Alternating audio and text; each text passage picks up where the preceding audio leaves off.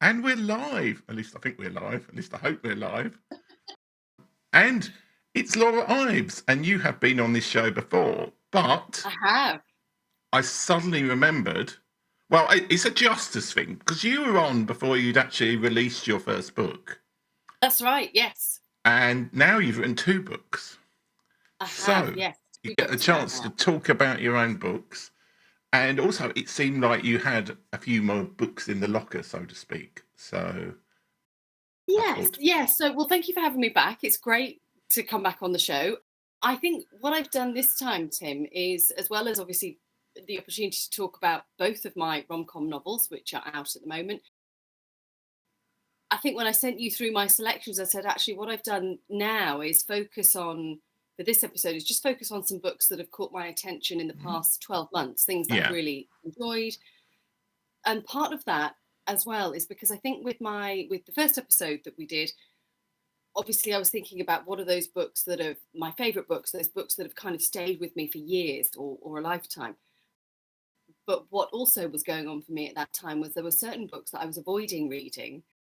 So I was avoiding reading a great deal of romance, which I've historically read a lot of, but because I had been in the process right, of yeah, writing my first romance novel, I think I had said to you at some point that I was terrified of reading too much romance because of getting other authors' voices and ideas in my head. So I was on this sort of self-imposed romance famine, which I'm very glad to say has now broken. And there's loads of authors I've engaged with this year, romance writers, but equally, even though I love reading romance and writing it, you can have too much of a good thing. So I've been yeah. kind of alternating romance and thrillers, which is not something Mm. I've read that much of. So the list today is a kind of mix of romance and thrillers from about the past 12 months that I've just really enjoyed discovering. And most of the people, I think, in fact, I think everybody on the list is someone that I hadn't read before this year.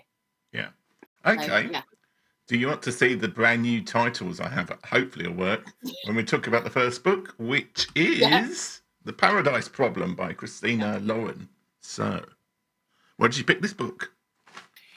So Christina Lauren is it's actually two people, Huh? Christina and Lauren, who write under the one pen name together. And I think they've been writing together for about the past 15 years. And as an author in the romance space, trying to put my books out into that space, this is one of the authors or pair of authors who I had heard an awful lot about. And I was they were, with all the amazing feedback they got and the fairly substantial catalogue, the back catalogue that they had, they were definitely an author that I was nervous about Yeah. reading.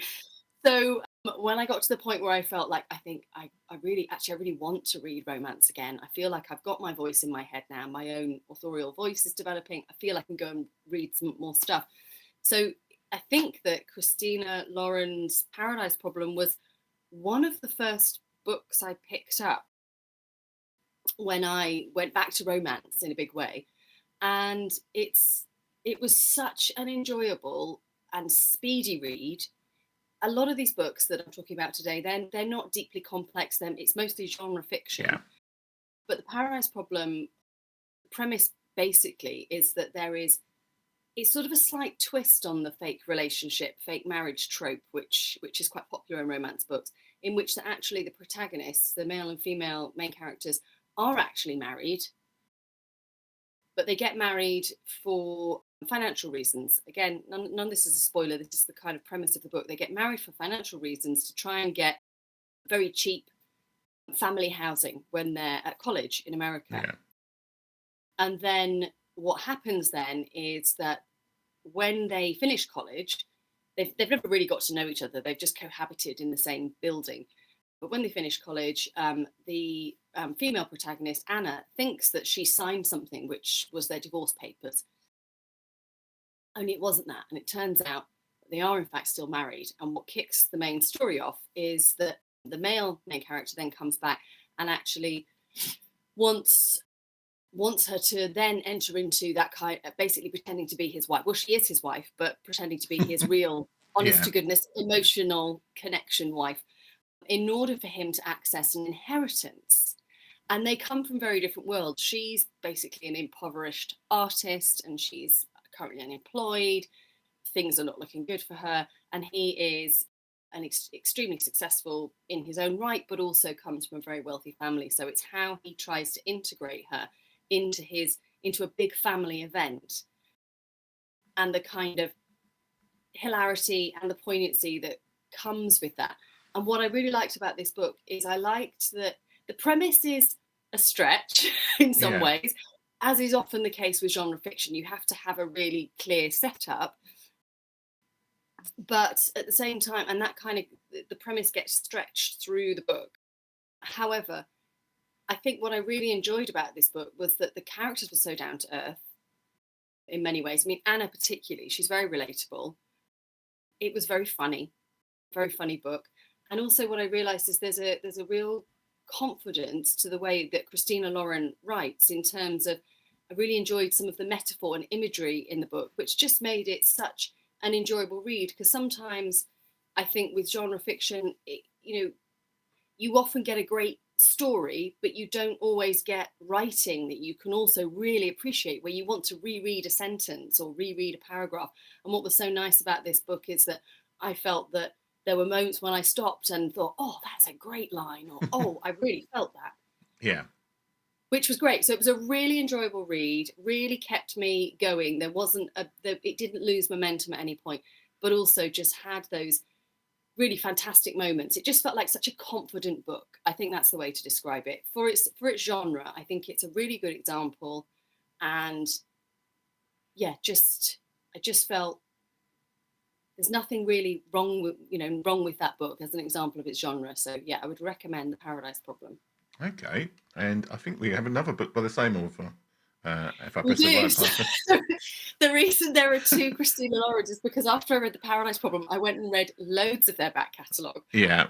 And I could have put several on here today, but I picked The Unhoneymooners for a few reasons. Firstly, I think that it's a bit different. It's quite different in some ways to The Paradise Problem, The Paradise Problem is quite a steamy book in quite a lot of ways, quite a spicy book. The Unhoneymooners isn't.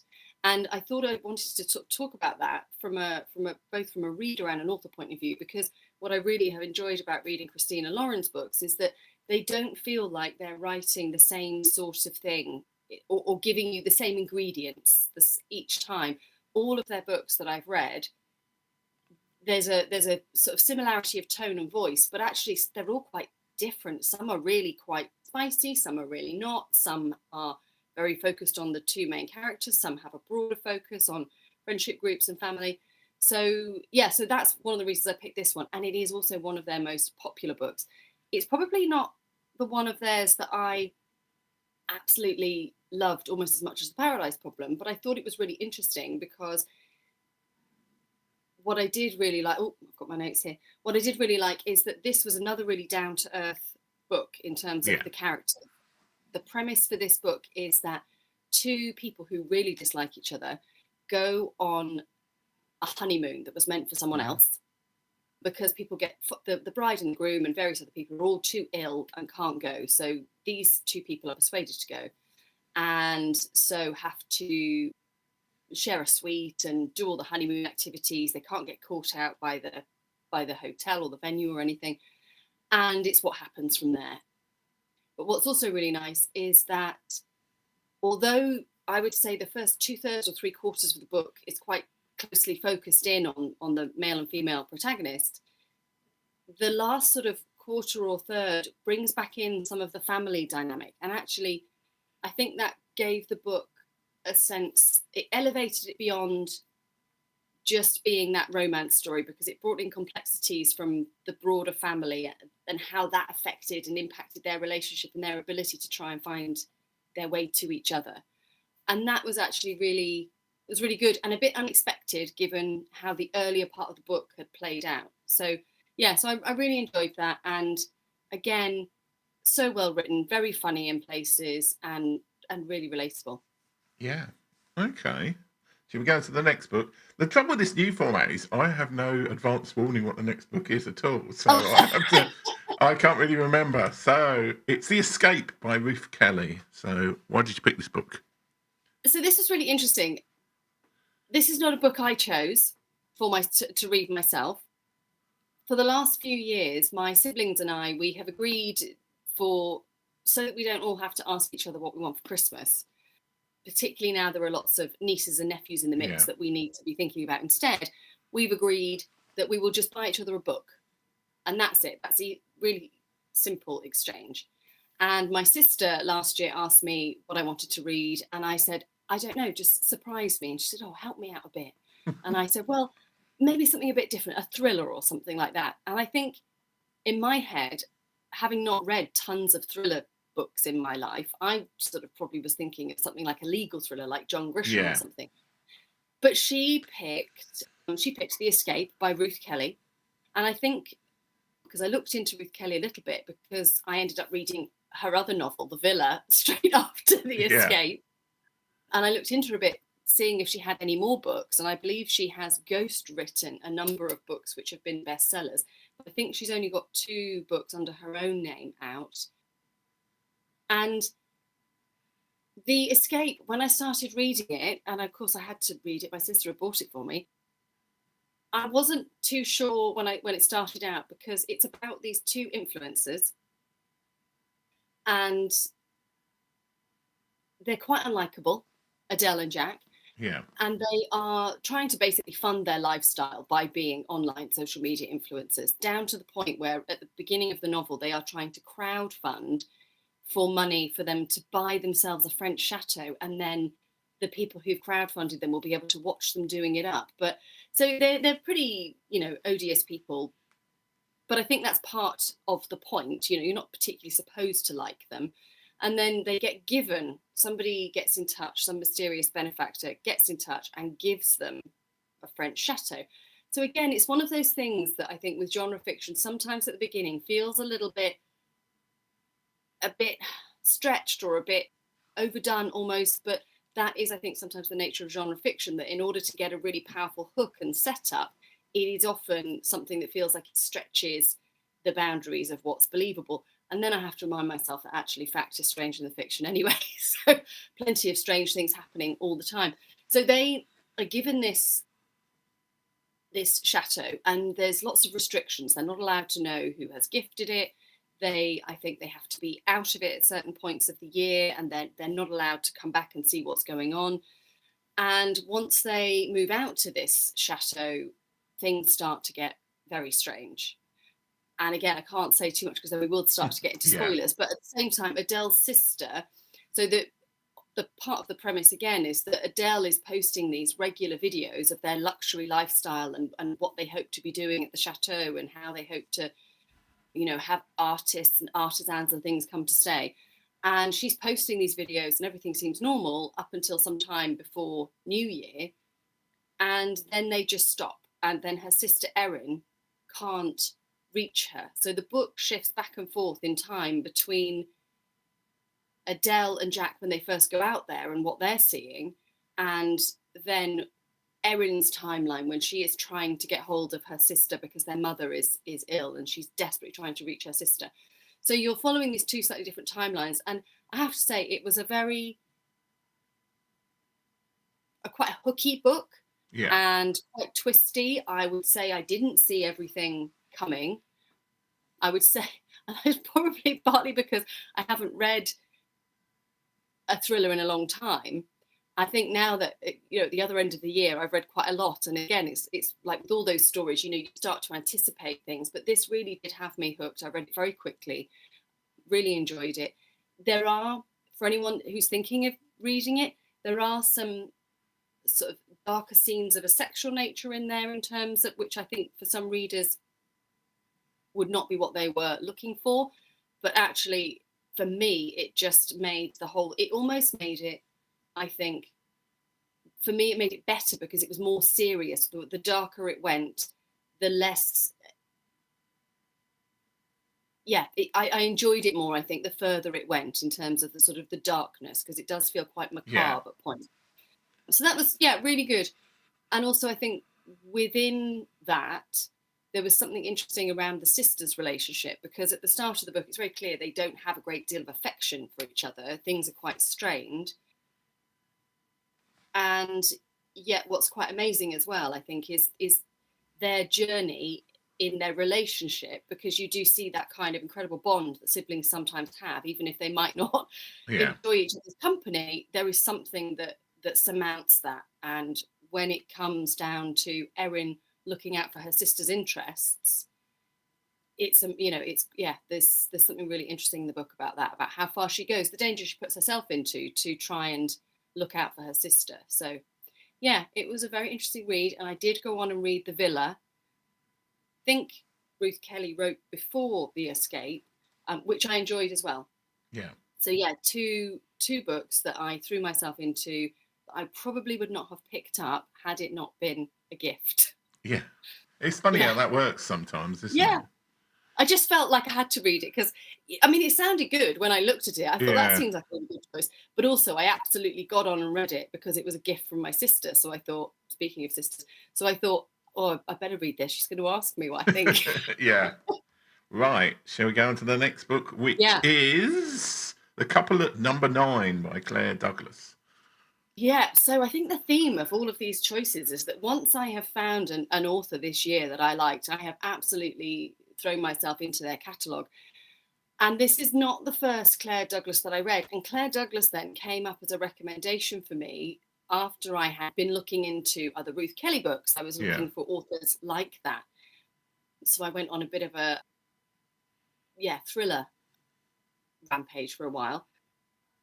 And the premise of this is that a couple move into a house that has been left to them. So Saffron and Tom move into this house. Saffron is pregnant, and they are trying to do some renovations to this house that they've been left by. I think they've been left directly by Saffron's grandmother. And again, none of this is spoilers. This is the premise of the book. But as a part of the renovations, when the builders are digging up part of the back garden, they uncover some bodies. And basically it starts a series of events, because it also turns out these bodies are not new. They are about 30 years old, the forensics show. And the person who would have been living at the house at the time that the bodies would have gone into the ground would have been Saffron's grandmother, Rose, who is now in a care home, and she has dementia. And she's at a stage with her dementia where she has moments of real lucidity, and you can speak with her, but other moments she's very confused and can't and doesn't necessarily know who she's speaking with. So the uncovering of the bodies and the attempts to speak with Rose and find out more information starts to lead to a series of events that becomes quite scary for Saffron and Tom as they live there. But also, I think as they go along, what I enjoyed about this, because it's a very different thriller book than something like The Escape. I would say something like The Escape, it's pretty fast paced. This is a little bit more ponderous. It is a thriller in the sense that, there's an awful lot to discover. It's based on crime, etc. But there is something else going on that is more profound and kind of painful, really, in terms of the family relationships across these 3 generations.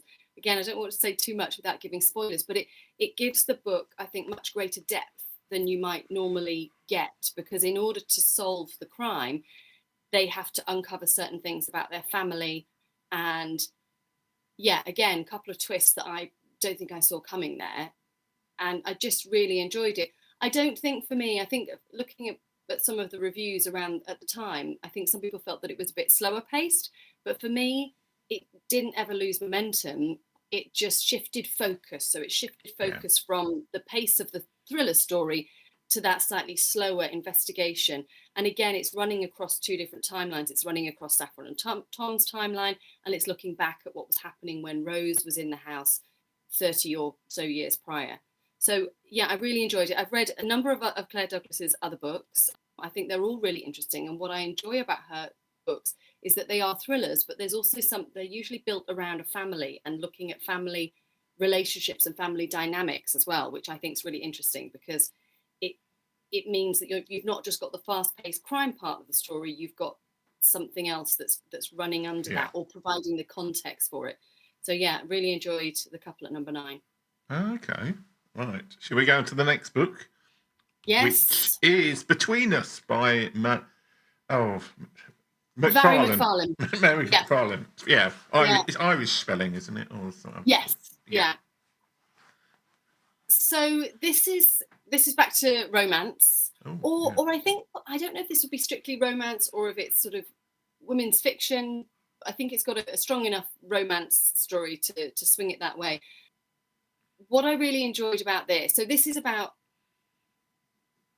it has a broader context than just the romantic relationship.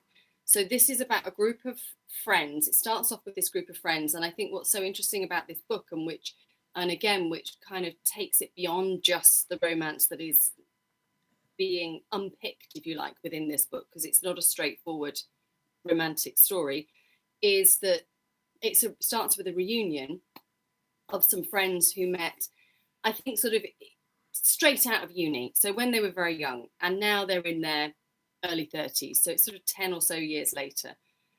And what's really interesting is those dynamics that I think you get in those groups when quite strong friendships are formed at a young age, and then looking at what happens as people move into adulthood and how those bonds and dynamics get tested as people grow up and their careers develop and their values might shift. And again, I'm trying to think how much I can say. I don't want to give too much away, but Yeah. basically there are lots of people in this group are in couples or want to be in couples with each other.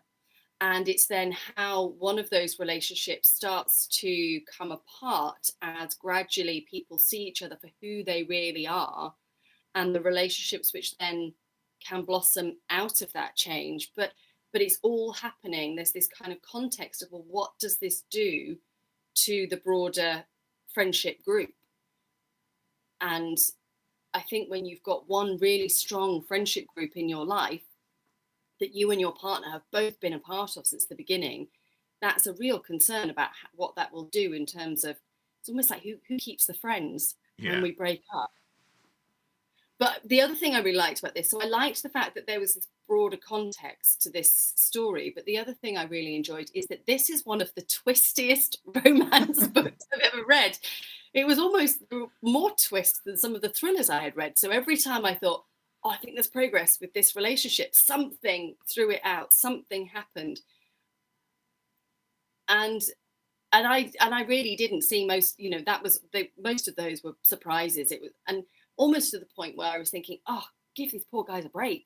But it was great because it was always something very integral to that story, to the context, to the history of those friendships, that as one relationship was kind of going through its twilight, it's about what do people then, if one person's trying to hold on to that relationship and one person is starting to move away, what do people dredge up from all those years of knowing each other? What secrets are they holding onto that now they decide to throw down that card 8 or 10 years later to share that secret all those years later to try and sabotage things?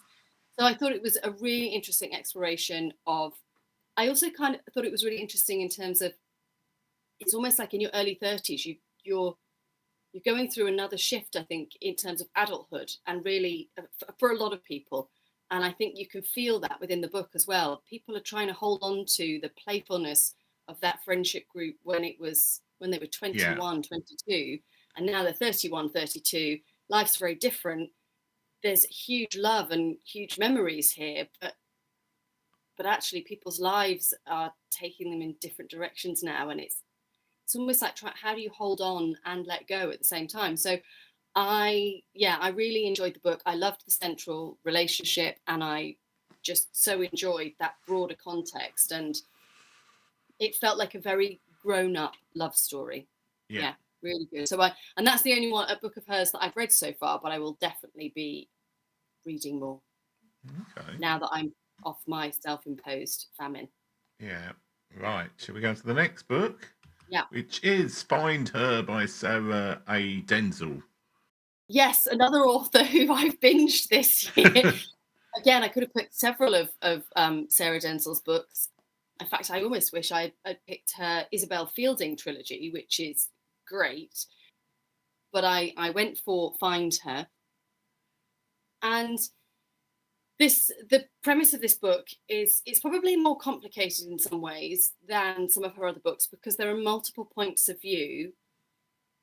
It's 3 different weddings happening at one venue on Christmas Day.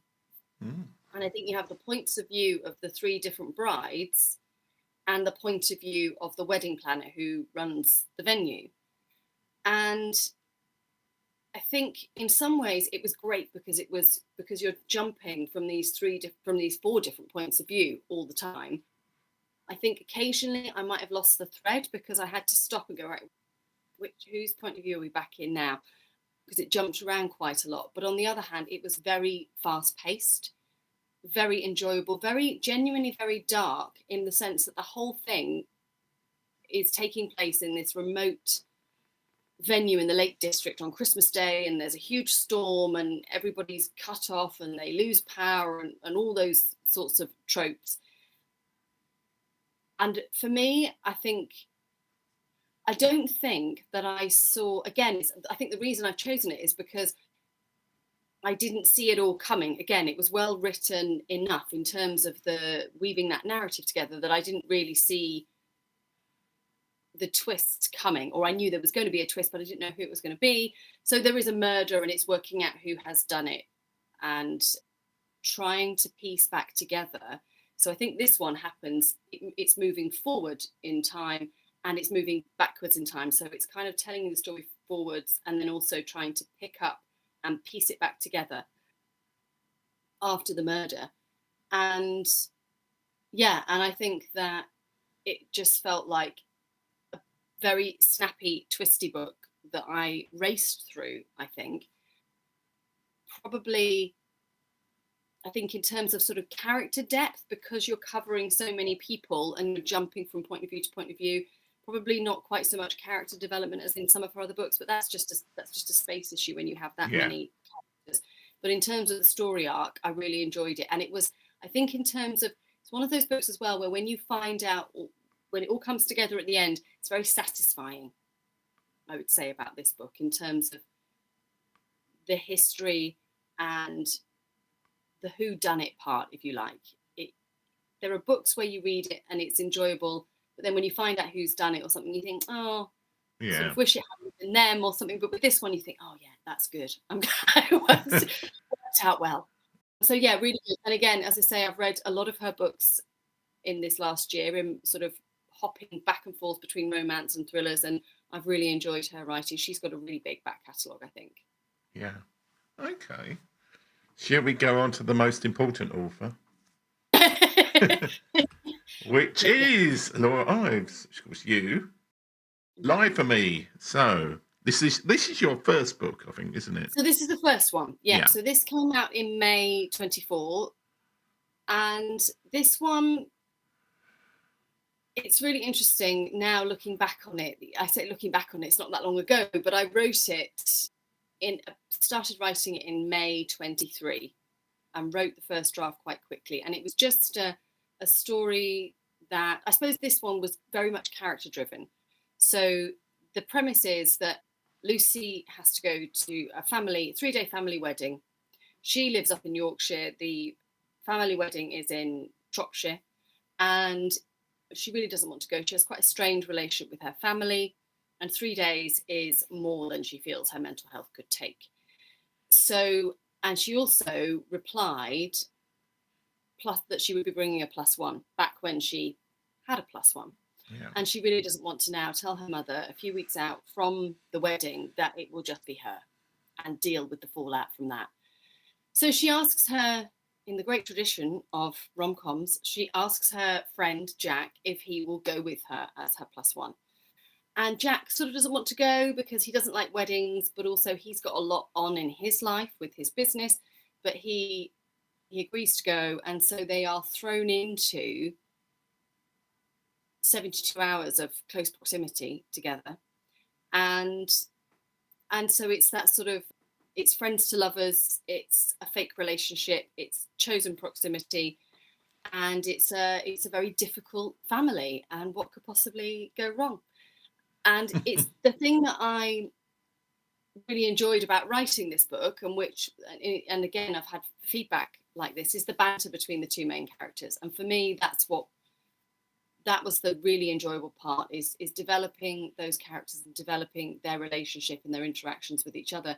And so the story itself, this is not a twisty story. This is not, there are no great huge surprises hidden in this one. It's a fairly straightforward story, but for me it hinged on Lucy and Jack and their likability and their, and the investment hopefully that readers would have in their relationship. And so I think that's probably all I can say about that without getting into spoiler territory. Yeah. But and it's called Life for me because that's what Lucy asks Jack to do. And it's the whole premise of the book then is it becomes about they're acting out this big white lie. And at some point they start to struggle to tell the truth from the lies. So as whether or not they're acting as boyfriend and girlfriend, or if there are real feelings starting to come out, and it starts to get confusing. And then that's when, we really get into the meat of it. But so that was out in May and available in ebook and paperback and KU. Okay. And should we talk about this book, Love Getting Even? It's your new one. Yeah. So this was so much fun to write as well. And this book, I think when I spoke to you last time, Tim, I don't think I was even working on it. No. In fact, I wasn't, I'm quite sure. So this book is not the book I meant to write. I sat down this time last year and planned out a whole series of books, and this wasn't one of them. And then because I think I planned it to death, when I sat down to write it, I'd killed the idea completely and I couldn't do it. But I'd always had this idea sitting away somewhere in the back of my mind about a book that starts with somebody finding out that they've been cheated on. Now, I'll say up front, that is not everybody's favourite trope. That is a trigger for some readers. But I have also had really encouraging feedback that people feel it's dealt with really sensitively. And it's not the story throughout the book, it's the setup. So the setup is that Tom and Katie are protagonists. Katie starts to sense that something is wrong in her relationship. So she does what any right-thinking woman would do. If you want to know what's going on, she puts on a disguise and she goes and sits outside where she thinks he might be. And simultaneously, Tom is starting to feel like there's something not quite right in his relationship. So he goes along to talk to his then girlfriend. And again, this isn't spoilers because this is the premise. Katie and Tom find out that unfortunately they were right. Their partners are cheating on Katie and Tom with each other. So they end up meeting up a little while later because they feel that they're really the only people who know what they're going through at the moment. And they decide to engage in some petty payback. They feel that they shouldn't just have to slink off into the background and disappear out of their partner's lives. They weren't the ones who did anything wrong. So they then decide to team up in order to just make life a little bit difficult for their exes. And they go to a family event of Katie's ex, Ryan, and he is shocked to see her there with somebody else, and various things ensue there. Lots of funny, daft things happen, as if you can sort of imagine the sorts of things you wouldn't want to happen when you bump into your ex. Yeah. Equally, Katie does manage to get some retribution on Ryan at the time. They also then go on a few adventures where, for example, there's a spa weekend that Tom has that his ex Melissa had gifted to him, and he thinks, well, I'm not going to give that back. So Katie and Tom go on it together. They also go on a trip abroad that was already booked previously for Katie and her ex Ryan to go on. So they go on these various things together to sort of get on with life and say to their partners, you can forget it if you think you're walking away with everything. And really, the book is about, although there's all these shenanigans going on, the book ultimately is about both of them realizing that they have so much more to gain than they lost. And Katie in particular goes on a journey where she feels like, actually, maybe I escaped something here. Yeah. And maybe, because I think what happens for a lot of people in relationships sometimes is, if it's okay, people keep going. Yeah. Particularly when you've been together a long time and you have furniture together and you have shared bank accounts, and even if you're not married, you might be sharing a rental property or have a shared mortgage. And so sometimes I think time just passes without someone checking in with themselves and looking at their relationship and thinking, is this still right for me? Is this good enough for me? And that's kind of where Katie gets to, in part, is that she feels she could have carried on for a while, perhaps forever, had this not happened. So this thing that starts off as a very painful event for both Katie and Tom, as the book goes on, they start to feel like, do you know what, maybe this is it's ultimately, it's given us the space to see that there may be so much more out there for us. And yeah, so that's Love Getting Even. And it was so much fun to write because of the comedy parts to it, but also just that feeling that whether a relationship ends because someone is cheated on, or whether we just, mutually go our own ways, whatever it is, it's always nice to think you get to be the one that moves on and feels happy first. Yeah. And there was definitely something of that in the book, feeling like here are two people who get to really move on and be absolutely blissfully happy while their exes are fumbling it. Yeah. So yeah, that's that one. Okay. And this book and the other book, they're not related at all, are they? They can be read No, they independently. are standalones. Yeah. But I'm starting work at the moment, really, on my third novel, which will be the first in a series. Oh, So okay. yeah, so you can read Lie for Me and Love Getting Even completely independently of each other, but this next one, which is going to be an enemies to lovers, workplace-based romance, is going to be the first of a series. Okay. Well, Yeah. given that I usually ask 2 questions at the end of the show, I might as well ask them in the opposite order then, because Okay. what have you got coming up that you're writing? It sounds like you're writing a series. Is it rom-com? Yeah. It's going to be another rom-com, and this one, I think it's going to shift a little bit. And again, what's been really interesting for me this past year, going back to reading a lot more romance alongside other sorts of books, is that I think I have felt like, particularly when I look at authors like Christina Lauren, where each, their books are all quite different from each other. Some are very spicy, some are not, some are really focused on the main character, some are quite broad. It's made me feel like, oh, that's okay, I can just write whatever I want to write. I don't have to feel like, well, I've written those 2 books, everything else I write needs to be like those. So this book will still very much be a rom-com, but I think that the shift is going to be that, well, for a start, I think I want to make it feel a bit more contemporary. Both those other 2 books, they are absolutely contemporary. They're modern set, but they are also, I think, set in kind of small towns in England, by and large, if you like, and sort of more rural spaces, market towns, that sort of thing. So they have that kind of feel to them. This is definitely something that is a bit more urban. So it's going to be, so my day job is actually in film and TV. So this is actually going to be about, the female main character is someone who has been working in theatre, has been very successful in her career as a stage manager, which is actually what I used to do. And she makes a move in her early 30s. She decides she wants to move across to work in film and television. And there's a huge crossover in terms of skills and abilities in theatre and film and TV, but there's a knowledge gap.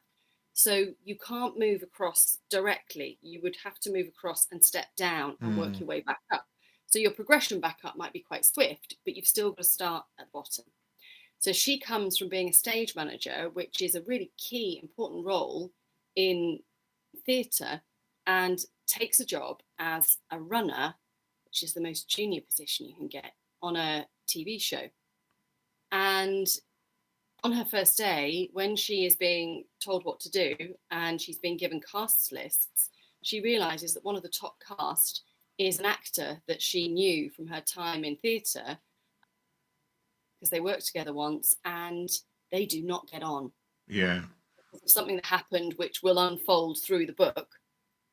And unfortunately, she's a runner.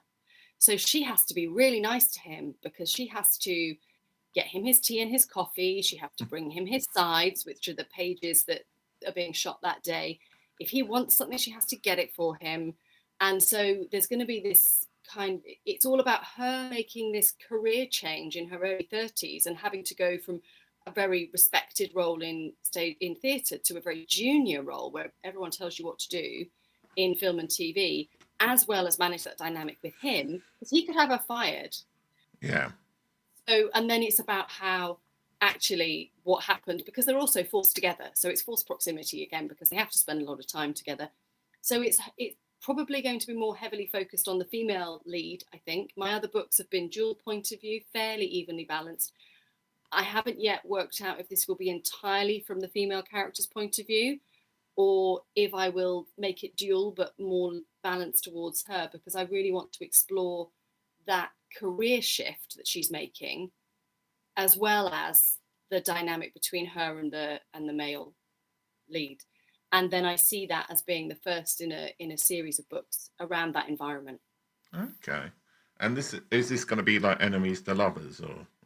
Absolutely, enemies to lovers, forced proximity, workplace romance, all of that as well.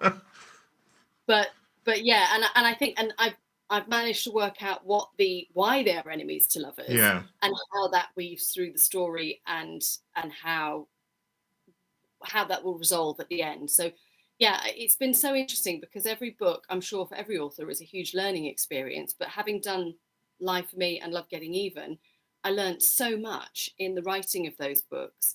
And then I think reading romance when you're writing it is a different experience than just reading it. So even though I've read romance for years and years, you're so much more aware when you've been writing it yourself of what works and what doesn't. And so I think, having read so much romance this year, I've been really aware of what it is that I want to bring into this third book, those elements that I can see really work. So yeah, hopefully this one will be out. I don't have a date for it, but I'm aiming for May. Yeah. For this third one, May 25. And when do you have to be finished? Well, Tim, Yeah. that is such a good question. Because I did work the timeline for this out recently, and working it back. So yes, this is such an interesting thing for people who might be interested in the self-publishing process, because if I want the book to come out, let's say the end of May, then working back from that, that's when it's available to readers. Then working back from that, if I want to have advanced reader copies, so ARC readers to look at that, then I probably need to get that out to ARC readers by the beginning of May, and give them at least 2 weeks to get it back to me by the middle of May, so I can do final checks and then publish it. So if it's got to be ready for ARC readers at the beginning of May, that means proofreading is happening in the middle of April at the latest, which means my editor that's about a 6-week turnaround. So it's the beginning of March. So really, I've got until the end of February to write a full first draft of this book, because there's no point wasting the editor's time and sending her something that isn't quite there. She's obviously going to help me to develop it and do a copy line edit, but yeah, end of February at the latest. So that's not a lot of time. I'm so disappointed you asked me that question, because I realised how little time I have. But yeah, I'm throwing myself into it and hoping to get about half of it written over. I've got a bit of time off over Christmas, so I'm throwing myself into doing it then. And once I've got momentum under me, then I can keep that going even once I'm back in work, in evenings and weekends and things. So it's achievable, but I will definitely be spending some time with a planner, so I can make sure I can get that done. Yeah. Okay. We skipped over the normal first question I have. Oh. which is from this list of books. If you met somebody Mm. on the street and you had to recommend one of these books, what kind of questions would you ask them, and what would be the little flowchart in your head to work out which book to give them? Yeah, what they'd like to read. Well, I mean, I think because of the selection I've made here, I think the first thing I would say is, well, what interests you? Is it Yeah. romance and relationships? Is it thrillers? If they said romance and relationships, my next question would probably be, do you like any spice or steam in your books, or do you like closed door? And that would help me. And then I also, if they said, oh, I don't mind, I would say, do you like something that is quite heavily focused on the central two characters and their romance, or do you like something that kind of has a broader context of family and friends? So that's probably the flowchart I would go through for that. If they said thrillers, I think I would say, are you looking for something really fast paced, or do you like something that is a bit of a slower burn, but with some good surprises? And again, maybe that kind of a context that is slightly beyond just the telling of that rapid fire story. So yeah, I think that's what I would do. Those would be my questions. Okay. I'm out of order in my mind now, because I usually ask those questions the other way around. Not tempted to write a thriller with lots of twists in it? Well, not a thriller per se, but I do feel that the other sort of book that I would like to write that I'm really interested in writing at some point is dystopian fiction or speculative fiction, Yeah. probably. And there are definitely a couple of ideas that are partially developed around that.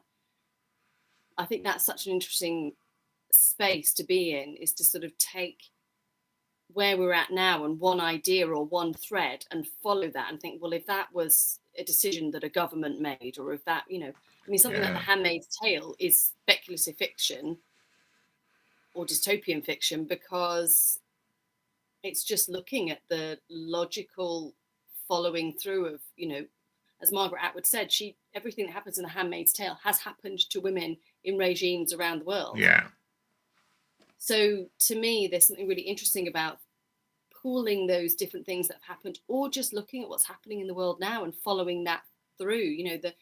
The things that are happening in places like America at the moment, some of the more extreme ideas, and just looking at what happens if you follow those to their logical conclusion, really. Yeah. So that's definitely, so a thriller, no, not exactly, but definitely something very different from romance. And I think it might be that I get to a point in a few years or something where I want to turn my hand to that and see. I think that would be such a different writing experience as well. Yeah. I feel like there would have to be more planning, because for me, the planning, the plotting versus discovery or pantsing is a fine balance. And I think, talking to other writers, it's different for every book. Some books, you feel like you want to plan more or you need to plan more. Others, it's more of a discovery process. But I definitely think that on the spectrum, I lean a little bit more towards discovery. Certainly for my second book, I was so burned by having overly planned the book that I thought I was going to write, which, by the way, I did a course. I did this whole course and I followed this process of, this is how you plan your book, because I thought, well, I wrote Live for Me, the first one, and I planned it out myself, and I had read about how to plan novels and things, and that seemed okay, but I thought I must be able to do it better. So I did a course about how to plot your novel, did everything according to the course, killed it for me, and then wrote Love Getting Even in a very discovery way, as a sort of antidote to having overly planned what was going to be my second book. So I do think that's speculative or dystopian fiction is something that I would want to explore at some point. But for now, I think I so enjoy writing rom-coms, because there's just it's just that I make myself laugh, you know, as I'm writing them, you know, thinking about the situations to put the characters in, thinking about the things they say. So, you know, when you're spending a lot of time doing something like that, it's nice to spend it, you know, having fun. Yeah. And hoping that other people will have fun when they read it. Yeah. Well, much as I'd love to talk about writing books, given that I haven't done one for a while, and I probably need to get back into doing it, we've been on for about 45 minutes, I think. So it's quite long. So yeah. Thank you so much for being the guest today. And thank you for having me. Thanks for the people who've been watching on Amazon. Well, it claims there were people watching on Amazon, so hopefully they were watching and they enjoyed it. And Great. Thanks for people in the future who are going to watch on YouTube or listen to the podcast on Apple Podcasts.